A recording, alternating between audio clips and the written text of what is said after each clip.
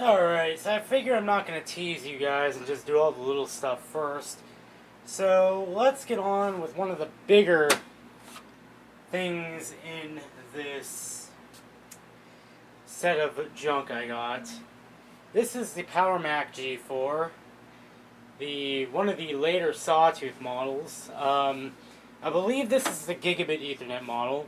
I know it has Gigabit Ethernet, but I don't know if it's the Gigabit Ethernet or digital audio model. I'm not well versed on my Power Mac models, unfortunately, so I can't tell you what exactly it is. But it is a Sawtooth-based system because it's got the first-gen Sawtooth-based case design. I believe there was a code name for that. I can't remember what it was called. But we can already see some things wrong with this. One of the external screws is missing. Not that it really matters all that much. Somebody is messaging the hell out of me. So, in the last video, where I went over everything, I kind of took a couple things out of here to clean it out. I really should remove this and repaste it if this machine's going to see any use, which it might. So I might put a few of the cards in here if they're compatible. The power supply seems to be alright. It's an AC Bell. I'm pretty sure it's alright. I am going to disconnect this, though, which seems to be in there really good. Oh god, it is. Oh, I can clean under it. But I've got this raggedy old towel in my room that I mostly use for cleaning computer-related implements. And this bottle of Resolve. No, I'm kidding. It's actually a alcohol water mix that I use if I don't want to hit something with straight 99% alcohol. So it's kind of like roughly 50-50. We're just going to get in here and clean all this up. Make sure the system's good to go when it boots. And you can see all that grime just coming off of it. Ugh, no good, no good. So given that this would run OS 10, I'm thinking about making this like a storage server, if I can. 200 watts. Should be pretty power efficient, yeah. If I can find where I sprayed the alcohol on this. And we're gonna clean off this hard drive. Restore its former luster. Yeah, May 2001, this has got to be an original drive, which is great. I hope it still works. These were actually known for failure, so I'm hoping it will still work. And this is a double-decker hard drive thing, so I can actually have 1, 2, 3.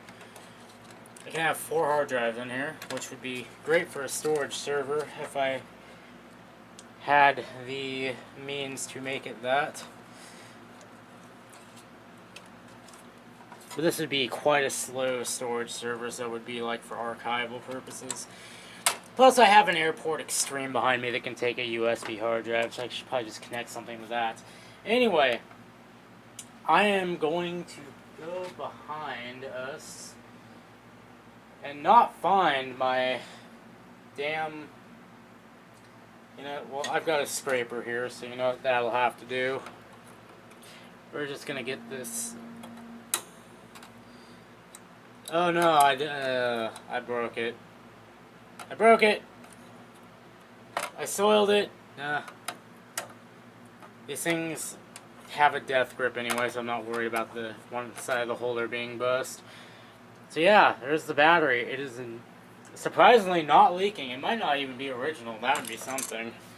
So that's out. I want to make sure that stays out because it could start leaking and then we'd have a dead motherboard. So what I'm going to do also is I'm going to quickly spritz another thing of alcohol, water onto my towel and Give this RAM stick a little bit of a clean.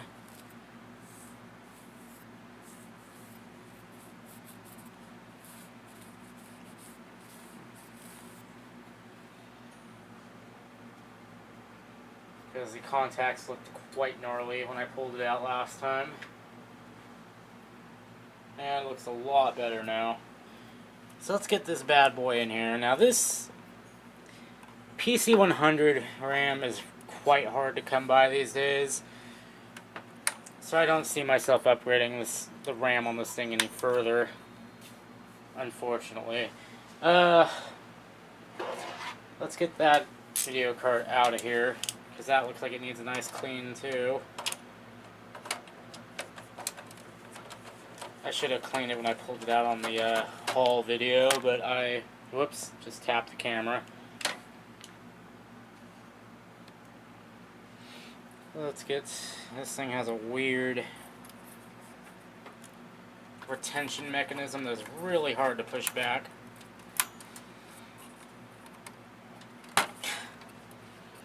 And by hard, I mean extremely hard.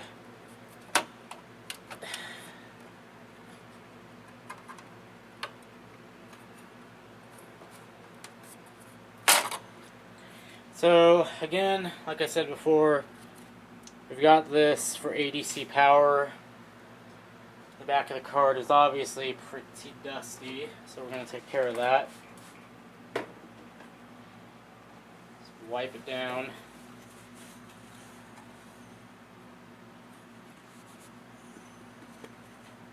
And thanks to the magic powers of alcohol, it will dry almost instantaneously. Clean off the contacts just in case.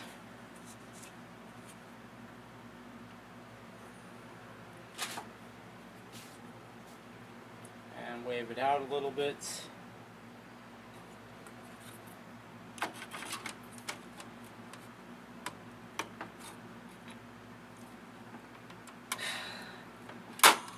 No wonder these things are such a pain to work with. Even though, yeah, it slides out very well. I really wish I could actually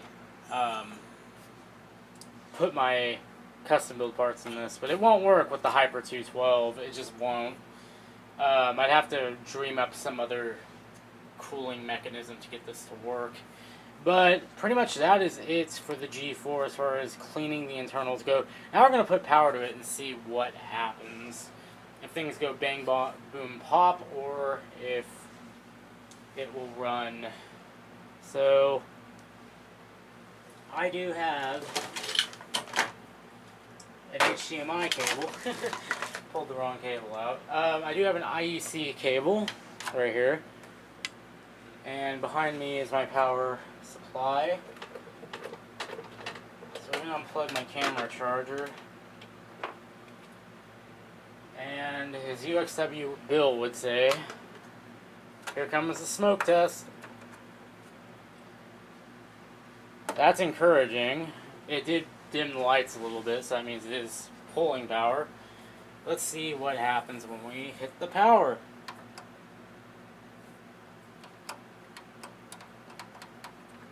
Absolutely nothing. The system might actually be dead. Wow.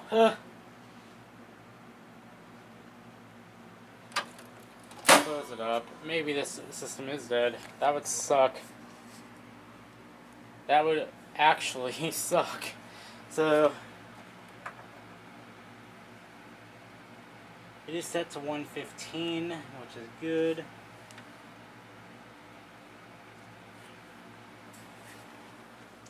Let's go here. Yeah, system is not booting. It's not even starting. Wow. That's kind of a shame. Seriously, why do people, like, I know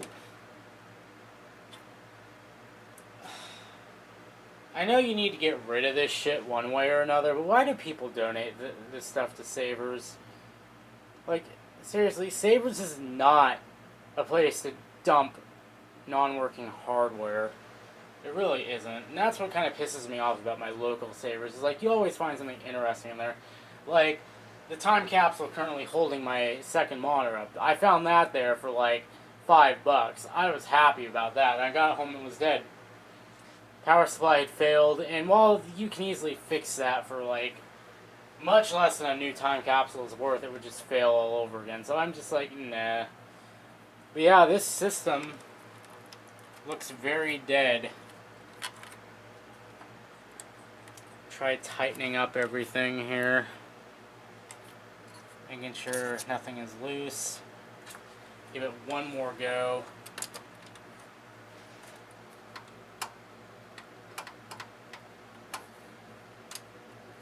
Yeah, this thing is dead. It's kind of a shame.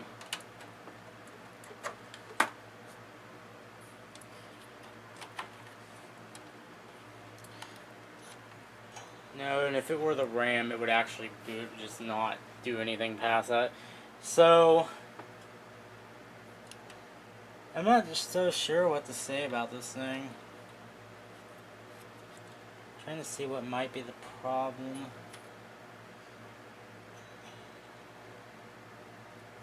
Apple had their shit together though back then, man. I mean, if you look at this, like all of this, you don't even see a single electrolytic capacitor on this board.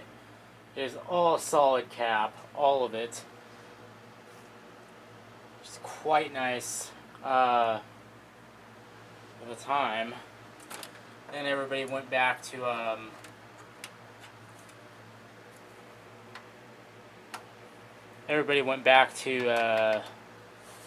electrolytics. They all blew out, and we all had problems with them. I'm going to try one more. I'm going to put the battery back in, actually. Let's see if that makes any kind of difference to the machine. Though it should boot even without a battery. Given the power supply is getting power,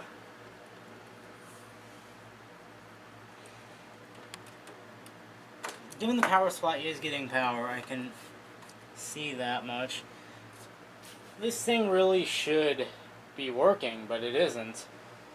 So it's got to be a motherboard issue. I'm gonna pull the hard drive though, and I do believe I have an adapter that I can use with it to connect it up to my Hackintosh, which I will pull the data off. Well, I'm not going to pull the data off for nefarious purposes, just to see what OS it was running and what kind of software it may have had on it, just to kind of get a poke into this.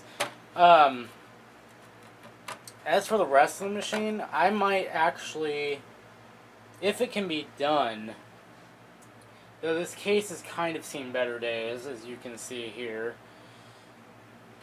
There's no front panel on it at all.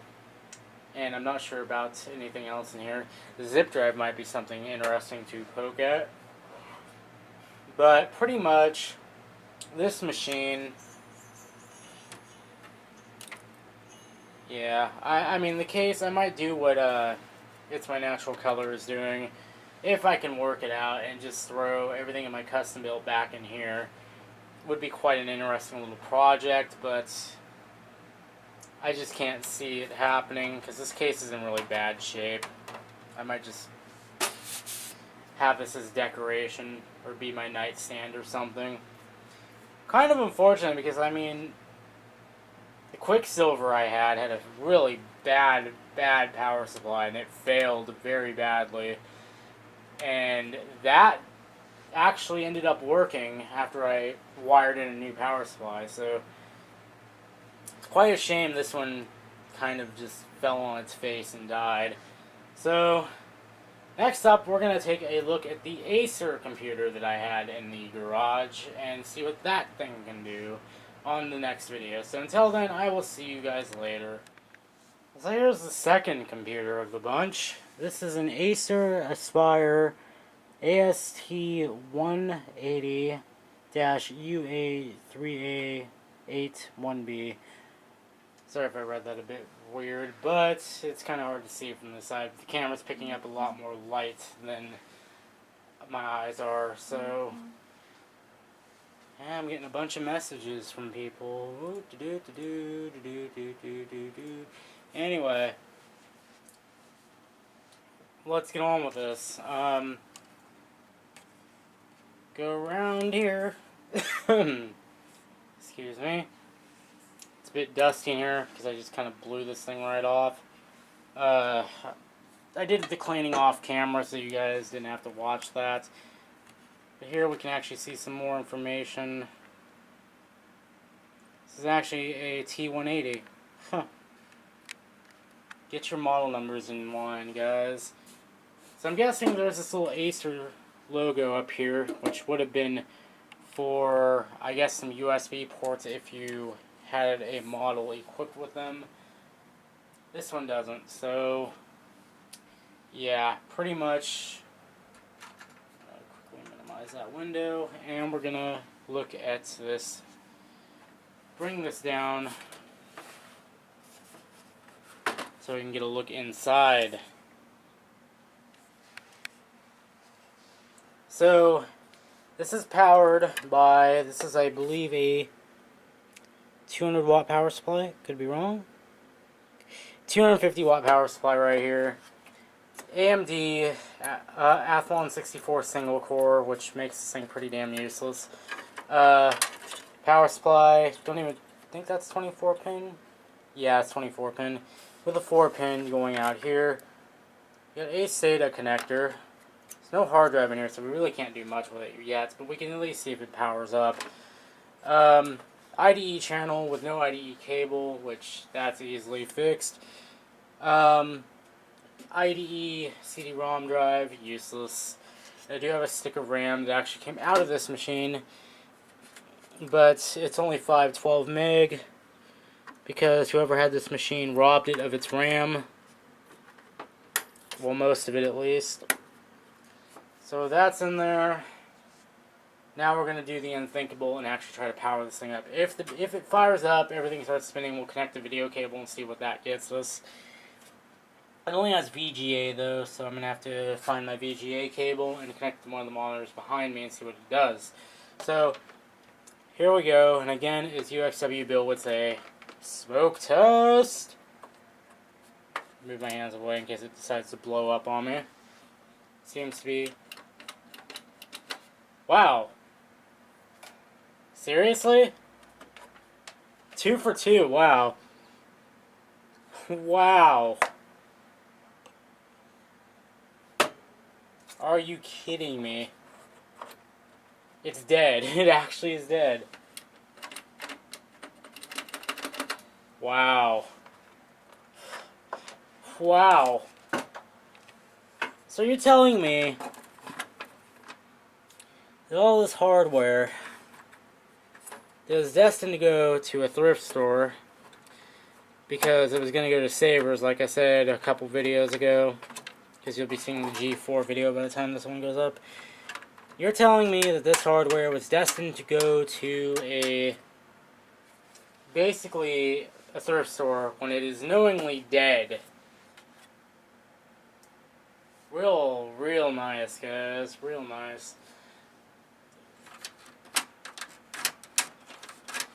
I say this case at least has some neat toolless features. It does have those crappy bracket here. This would be an interesting case to use for my custom build if I were to put anything in here, or transfer it here. Because this is one of the reasons why I went micro ATX. One of the reasons, well, Manley ordered the wrong board. He ordered the one that Ryan mistakenly linked when he asked to order a board.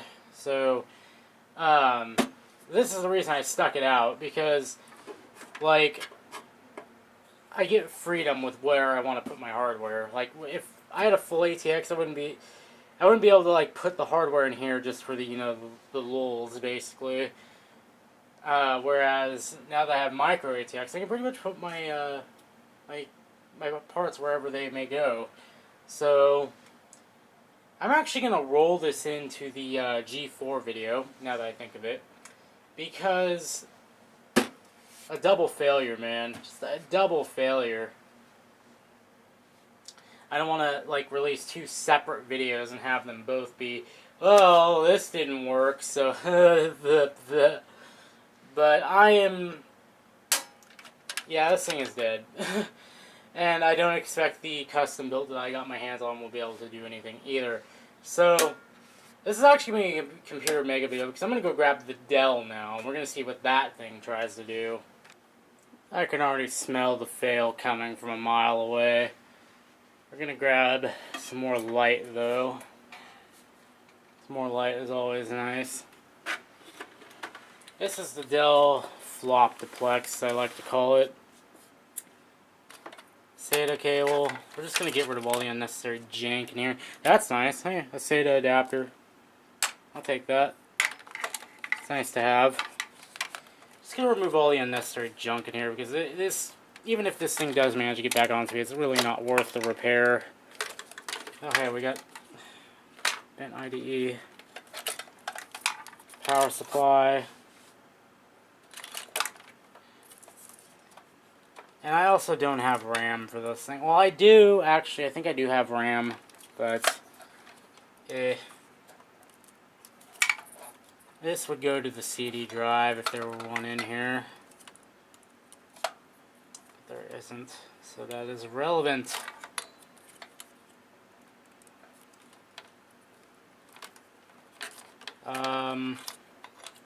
Trying to remove as much cruft as I possibly can. This SATA connector can go, though, because we don't have any SATA drives that are going to go into this thing. And more SATA connectors are always helpful to have. So,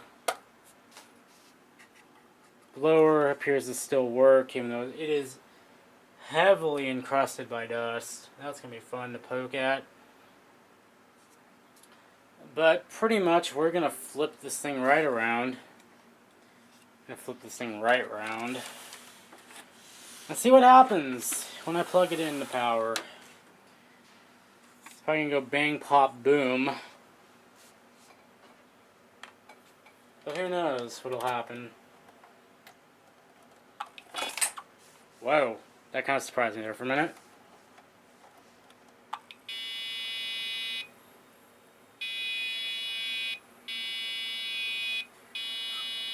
Oh, hey. It is running.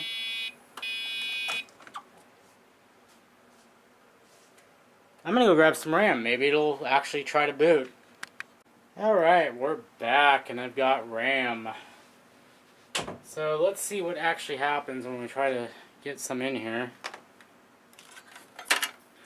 Because it shows some promise. It did try to fire up. And it was throwing an error code. Kind of interesting. I swear this machine wasn't going to try to do anything, because I mean, look at that capacitor right there. The capacitor is in terrible condition, and the one behind it isn't too far off. So let's try this one more time.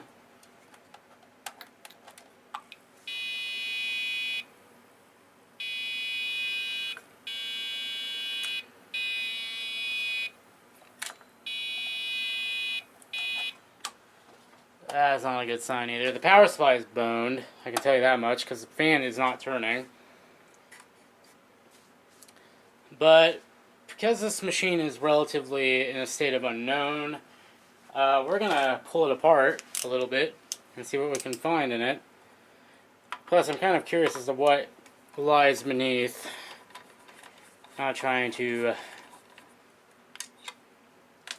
totally not trying to... make a reference to the movie of the same name. Let's see what's under this.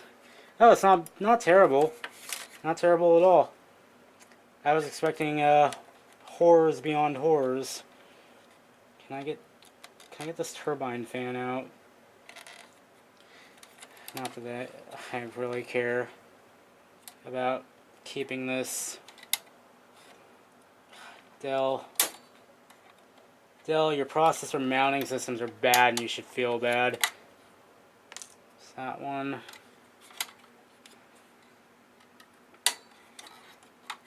It's that one. Oh my goodness. Let me get you guys in here a little bit closer, because this is terrible. Just look at all that. This thing is, if this thing even runs, which I'm guessing it doesn't because the power supply is completely seized up. But if this thing even runs, it is running on borrowed time, I can tell you that much. I'm talking a lot like UXW Bill in this video. Huh. So it's still held down by a couple of clips I can see here. Can we get them out? Yes, we can. And we pulled the processor right out. Look at us. Look at all that gunk in there, though. Holy balls. Let's get... Yeah, let's go for broke on this. I don't even care about this machine. That's an old socket. That's socket 478. This thing is ancient. So there's that. Turbine fan is whatever. Let's get this processor out of here and see what it is. Goodness gracious, look at all that crap. Is literally glued down. That's how old the thermal paste is.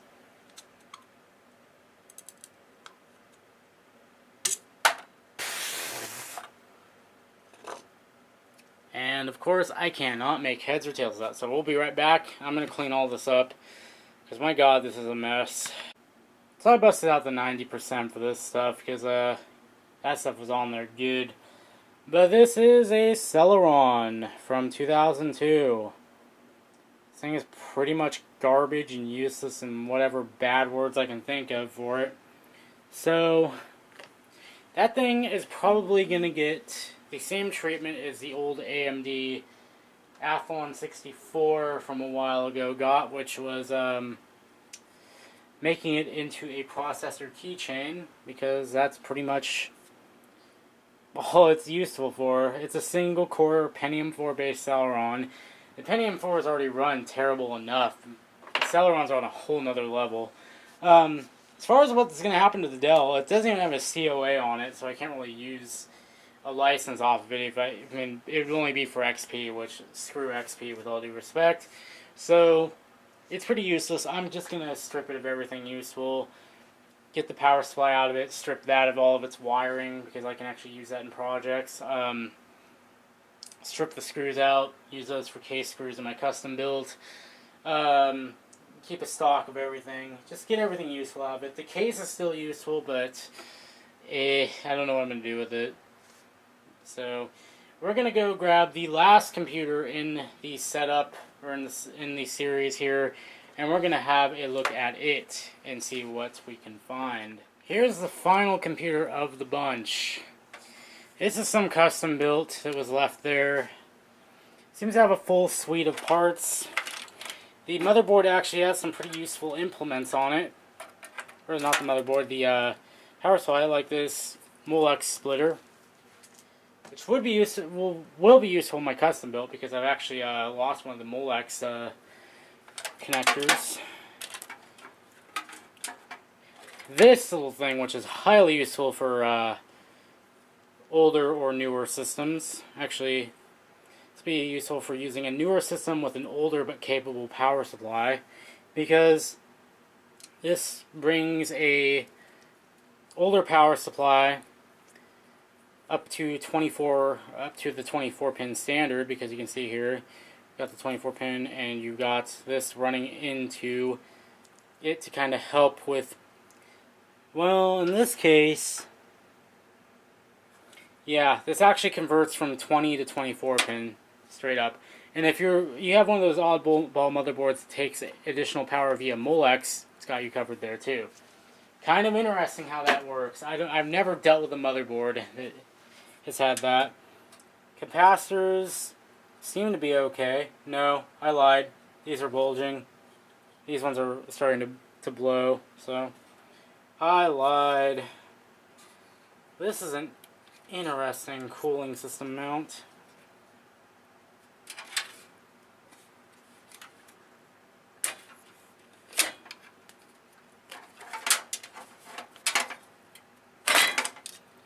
And we got another socket 478 motherboard. Ain't that wonderful? Let's see what this thing was packing. I do like this mounting setup though. That's quite neat. And this heatsink is actually beefier than what Intel offers on their processors nowadays. Holy balls! There we go. And they actually applied the thermal paste correctly. I am quite impressed. So we're going to set that aside. We are going to clean this up and we'll be right back. Well, given that this was a custom-built computer, which, you know, looks like it was built by an enthusiast of some sort, I had a guess that this would probably be a Pentium 4, and I was totally right. It is a Pentium 4. I'm trying to see if you guys can see that. Maybe not. It is a Pentium 4 3.4 gigahertz single core, socket 378, SL793, made in 2001. So this is one of the earlier Pentium 4s from when Intel was getting all caught up in that. Because it has more gigahertz, it's obviously faster. But yeah, I accidentally spilled alcohol everywhere too. Which go me, go me. Thankfully my desk is very impervious to that kind of shenanigans now. Anyway, so we've got a bunch of stuff in here. This board is thrash, as you can tell. The electrolytics are gone. And yeah, this board just ain't worth it. 478 boards just, no, not even. Here's one of the, ew. This thing is rusted. Oh, that's going in the trash. This board,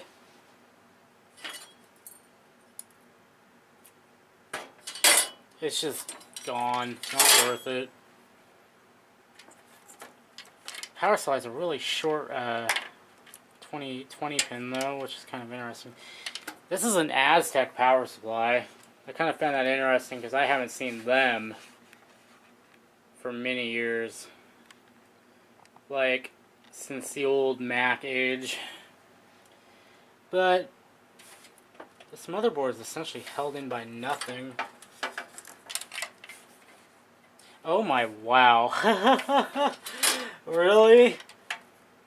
That's an amateur mistake right there. Look at that. See if I can get in nice and close on that one. That is something else right there. Move this out of the way. It's held in with a standoff. There's two standoffs. It's held in with two standoffs. Somebody used standoffs in the place of screws. Just holy balls. Wow. Just wow. Either somebody ran out of screws and they had to improvise, or that is one big screw up. The external screws seem to be all rusted out, so this entire system is just boned. I will, however, take that E cable. So I have a million of them now. Thanks to whoever had this. But like, seriously, again, I'm gonna rant a little bit. Seriously. Oh. Oh my god. Oh my god. Oh god. Why do people do this? You might notice there's something wrong with that battery. It's in the wrong way. Oh my god. Wow. If this motherboard isn't already screwed beyond belief, it is now. This system is just destined for the trash. I can't believe they were going to send this off to Savers. Just, what even? And I'd be even more mad if Savers put it on the shelf for anything more than like $1. That is just some BS right there. Wow. I don't know who built this, but they are not the brightest bulb in the box, I can tell you that much. I'm going to take these screws because they do look to be alright. But, Jesus, the rest of this system is just worth absolutely nothing.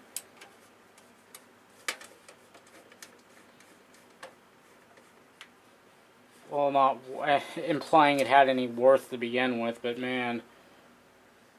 Just, wow. The Pentium 4 will probably be getting saved because, like, it's a Pentium 4, and, you know, maybe sometime down the line I'll find a vintage system I want to bring back to life or upgrade. But just, goodness gracious. How could you screw up that badly? Like, I wonder if this battery is even still good because if it's in the wrong way. Wow. Just, holy crap, dude. Holy crap. Oh, in this case, I definitely saved the best for last.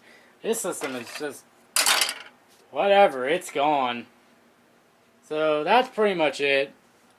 I hope you enjoyed the mega video of...